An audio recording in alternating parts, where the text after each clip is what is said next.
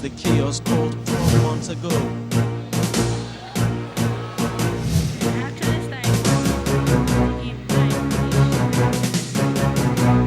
Use this occasion to reflect on need 250.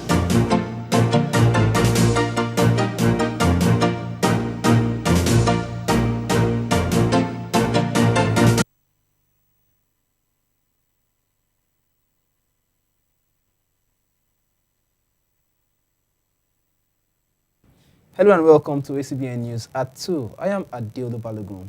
And I'm Princess Moses. Thanks for joining us. And now let's take a look at what we have for you as a recap.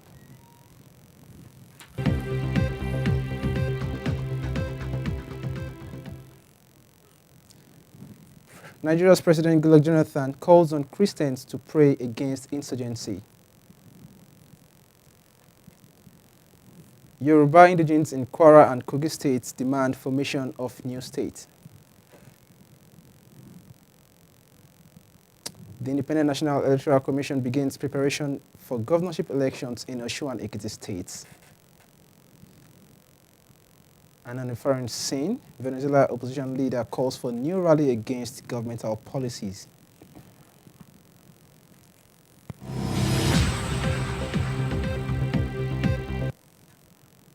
And now to the news in full. In preparation for the proposed national conference in Nigeria, the Yoruba indigents in Kwara State have held a one-day conference to harmonize and deliberate on issues affecting them to be presented in the conference. At the end of the one-day conference held at Omoaran Town Hall, the headquarters of Irepodun local government area of the state, the Yorubas in Kwara would prefer to be reunited with their kith and kin in the southwest, as both the north and south are not ready to accept and accommodate them presently. The one-day conference was attended by Yoruba leaders from Kwara and Kogi states. Leadership is a hallmark of government. With a leader that has vision and mission, and who is committed to economic and social well-being of the people, it is easier to pursue sustainable development. However, since the leader will come from the people can only get the leadership they deserve at the point in time. That is to say, the people must passion out and be committed to choose the leadership that will meet their collective aspirations. Here lies the essence of democracy. It is in the best interest of the Yoruba people in Kwara State to request for a boundary adjustment, not declaration, in order to ensure that we are rightfully grouped along with our kings and kings. We are advocating that the people of Kwara State that are purely Yoruba should be carved out and then be shifted to the west, that is the southwest, where we properly belong. Quite a number of my people from Yoruba people of Kogi and Kwara, they are involved in non-government organization activities. I mean, we say a robust way. But when the chiefs are down. And away from that, while some members of the Nigeria Police Force have continued to express displeasure over alleged indiscriminate deductions from their salaries, the Inspector General of Police, Mohammed Abubakar, is expected to work towards ensuring an improved salary package, since among all the security agencies in the country, policemen are the least paid. However, there may be rekindled smiles on the faces of some police officers as the Nigeria Police Force introduces some reforms. Supervising Minister of Police Affairs, Olajumoke Akinjide, has more on the reforms. And we need to support the police to protect us. They need to have more training, equipment, and all this has been taken care of because, as you know, there is a white paper on the Police Reform Committee that His Excellency President Goodluck Jonathan set up. And we're working through those reforms to resource the police, to give them better welfare, and to position them to be the front line of defense for everyone. The Independent National Electoral Commission has revealed plans to use the permanent voters card in the conduct of Ekiti and Osun State governorship elections ahead of the 2015 general election. The elections will hold in June in Ekiti State and August in Osun State respectively. Press Secretary to the Chairman of the Commission, Mr. Adeolu, said the Commission was doing everything possible to guard against the kind of irregularities experienced in the Anambra governorship election held in 2013. Pointing out some of the irregularities experienced in Anambra State's governorship election, one of the observers at the election, Yemi Ademolekun, stressed that there was need for the electoral body to commence a sensitization program before the election. Total votes cast 429,549. The rules guarding this election is that for somebody to emerge or to be returned as winner, he has to first of all score majority votes. Secondly, he has to have the spread. He must score 25% in 2/3 of the local government. Yes, we are all aware. We are moving into the last lap of our work and preparation.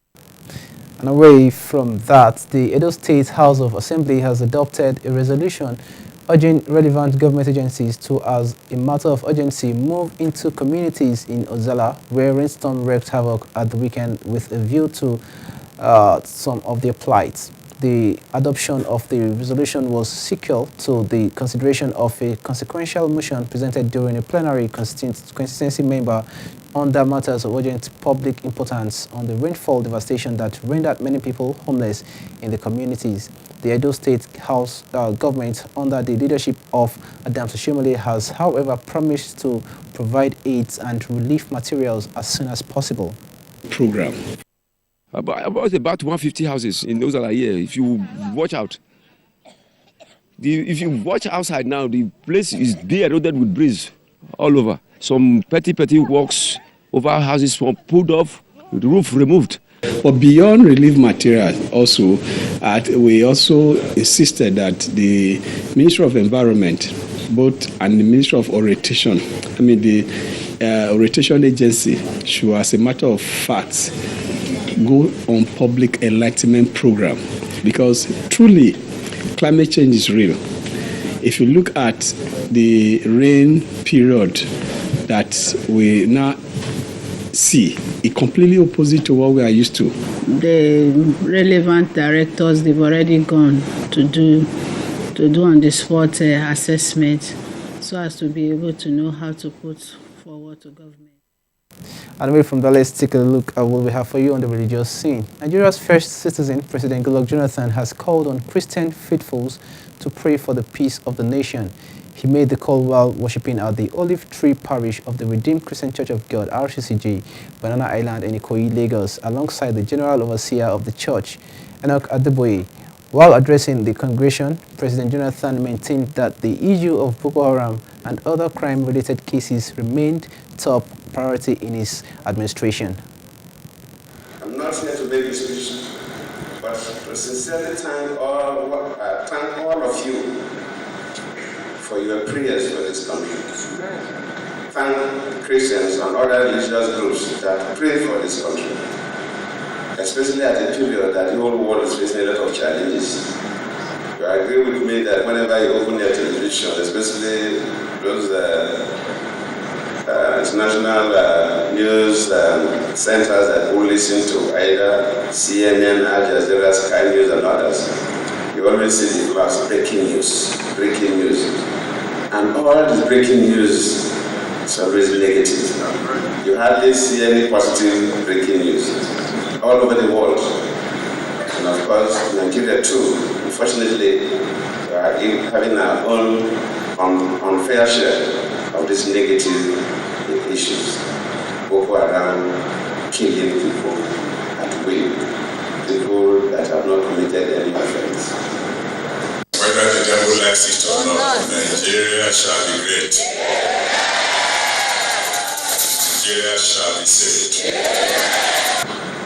your prayers probably could have been worse than this in this country. God has always been graceful to Nigerians. Whenever Christians and other religious groups begin to pray and pray, God answers our prayers. God will also answer our prayers. So that our country will get out of these challenges of terror and other related crimes. Well, Princess, I guess it's a call for us to pray for the nation. And, well, other dignitaries who were present at the service include the Minister of State for Abuja, Mrs. Oloye Jumoke Akinjide, Deputy Governor of Lagos State, Mrs. Adejoke Orolope Adefulure, wife of the Lagos State Governor, Abimbola Fashola, as well as other ministers of the Redeemed Christian Church of God. Let's take a look at what's happening on the African continent. Rescue workers in South Africa have saved about 11 miners who were trapped in an abandoned gold mine shaft in the east of Johannesburg. An emergency services spokesman, Werner Vermaak, told reporters that rescue operations had ceased on the site and the mine had been handed over to the mine security agents. In the meantime, the miners who were accused of mining illegally have been taken into police custody.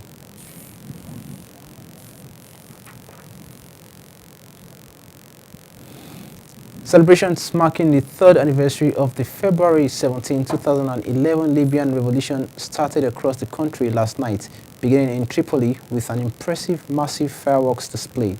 Stylists selling flags, scarves and fireworks appeared overnight, with independents burning, decorating even smaller streets. Elsewhere in Tripoli, shops and homes were renewing and replacing last year's wind-tattered flags with versions bigger and shinier than before.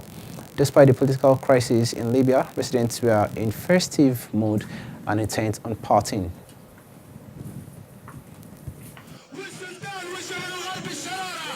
We want our parliament or these people to leave because they misuse their authority and they haven't done anything for 2 years, and people who vote for them, they ask them to go. Roads are decrepit, the transportation system is quite bad. The health system here is practically dysfunctional at best. And I think those things are really that gets to the crux of the matter in Libya. And I think, unfortunately, the General National Congress has not been able to kind of remedy those malices in the Libyan society. I think it's great that we can see peaceful demonstrations in a country where we had something like over 20 million pieces of arms, of small arms in the country, and we still see no shooting there, and that's great. But my worry would be that if it just starts, you can always start the killing, but it will be very difficult to stop it. We have, as Libyans, agreed to bring down the Gaddafi regime. That was a total agreement.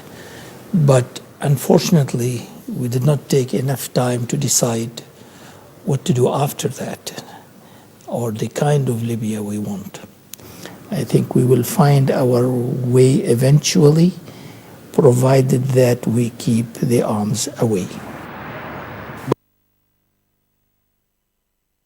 Well, right about now, we'll take some business updates. And of course, Princess is still in the studios to brief us about some events in the business world. Princess, we hear that the ACBN is really doing a few things to put Naira back in order. And the World Bank is actually doing something for sustainability and growth with Nigeria's water and all that. And some other reports that you have them complete there? Of course, I do. I have them so complete. And now to the world of business. The Central Bank of Nigeria says it has adequate reserves to keep defending the Naira as the slumping currency prompted a sell-off of the country's stock, with all the share gauge posting the world's worst performance. The assurance came after Naira strengthened 2% to 162.13% dollar in Lagos, stamping 3 days of the losses. The currency had weakened 0.4% to 165.36% Naira per dollar, stating compiling data in 1999.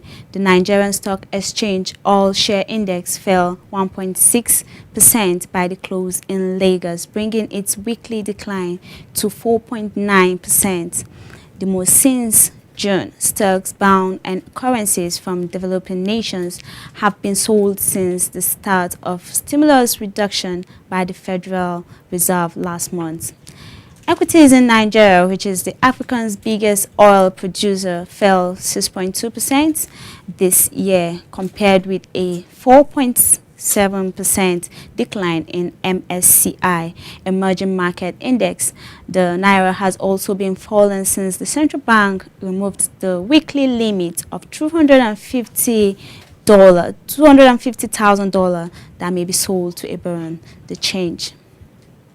And let's now take some update from the World Bank. The World Bank in Nigeria will invest about $800 in water supply in the country this year.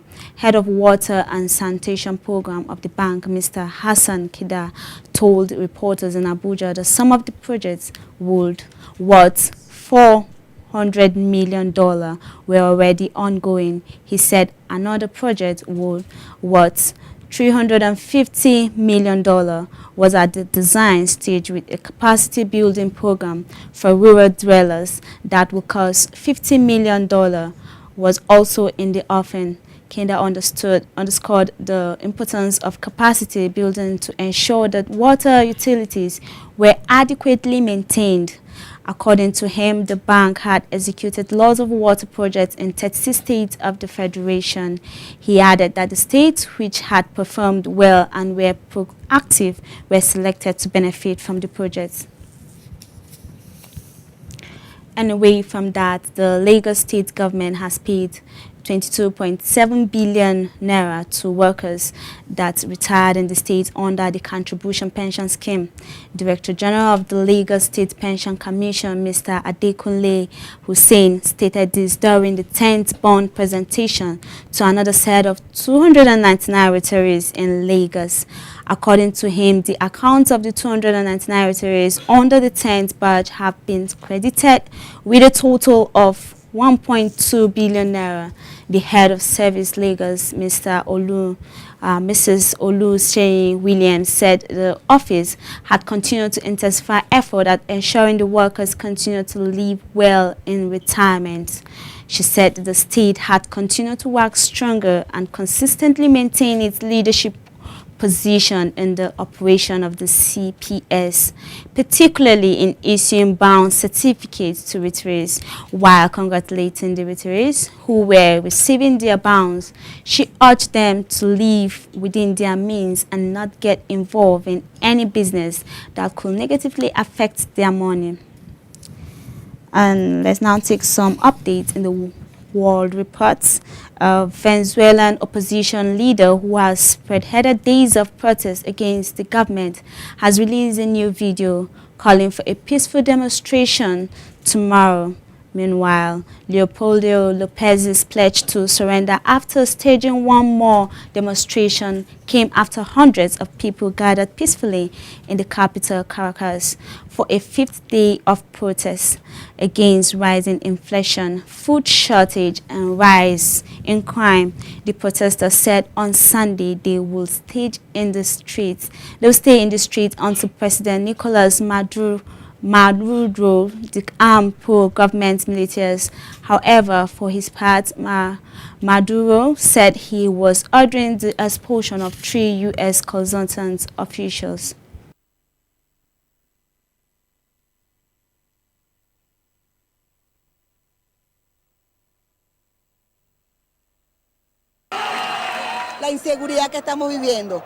There's a lot of division right now, but we have to be strong and not fall into chaos or step into the boxing ring and fight against each other. We are tired of crime, censorship, and people getting killed every day. We are on the right side of history, justice and truth. Stay strong and don't lose faith. We're losing our focus. We fought hard to get this far and to try to have change in Venezuela, but we're taking a step backwards. There's a division between the moderates and radicals. Some believe the only way to fight against the government is to build a majority and win elections, while others believe that the government is undemocratic and the only way to bring change is to take to the streets. Let's now take you to North Korea. The United Nations is set to release a detailed report on human rights violation in North Korea that will include the testimonies gathered by Amnesty International, the UK-based rights organization. The testimonies include powerful and disturbing accounts that tell of torture, rape and murder in rise in the country's labor camps where political prisoners are held. The UN Commission of Inquiry on Human Rights in North Korea was set up last March to begin building a case for possible criminal prosecution. From sunrise to sunset, you work. There are no set working hours. You get up at 3 a.m. and work until dark. North Korea has a guilt by association law, meaning whole families can be locked up, often with no knowledge of their crime. I may be the culprit, but the other 6 members of my family were forced to go with me to the prison camp without knowing the charge. More than 80 victims spoke to the UN Commission during public hearings. Many spoke of the starvation of their fellow prisoners. People got so hungry they would eat anything, from dog food and cattle feed and beans left on the ground. I have heard that some people ate beans and maize kernels stuck in animal dung. That's World Report wrapped. Let's now take some updates on the world of sports with Adeolu Balogun, still in the house. Yeah, sure. Thanks for those briefings about reports around the world. And I guess right about now, our sports lovers out there are expecting a few things from the world of sports. Okay, you're right about now. Alex Oxlade-Chamberlain scored one and set up another as Arsenal earned a degree of revenge on Liverpool to reach the FA Cup quarter-finals. The Gunners, who were trashed 5-1 at Anfield in the Premier League last week, led when Oxlade-Chamberlain guided in a loose ball after 16 minutes. The England winger provided the cross for Lukas Podolski to fire in from 15 yards at the start of the second half. Steven Gerrard converted a penalty, but Liverpool could not force an equalizer. However, Liverpool felt they should have been awarded the opportunity to level up from the spot when Luis Suarez was sent tumbling inside Arsenal area by Oxlade-Chamberlain. It was vital for us to respond to the disappointing performance we had against Liverpool last week, and vital as well because we had an opportunity to go to quarter-final of the FA Cup. I'm very pleased with the intensity of our commitment and our response, our determination. You could feel that there was a clinical desire in my team and to take every opportunity to kill them, and that's why I think it was a great game between two good teams. I thought our performance level was outstanding. I remember sat here a number of months back in the league game and Arsenal were clearly the better side in that. But I think our development as a team and to come here and virtually dominate most of the game and look a real threat going forward. To end up with nothing in the game obviously disappoints because it was a competition we wanted to do well in. Well, and that's it in the world of sports. Good to have you join us this afternoon for our news at 2 p.m. Well, for Princess, it's a big success this afternoon once again. Thank you to you for making it part of success. Yeah, don't forget you can always watch us live on www.acbntv.org for our live streaming, and also don't forget our social networking sites are also very effective on Facebook and of course with Twitter, which will be coming up the screen sooner on the station. And for now, I remain Adeolu Balogun with Princess Moses in the house, saying enjoy the very best of the day. Yeah.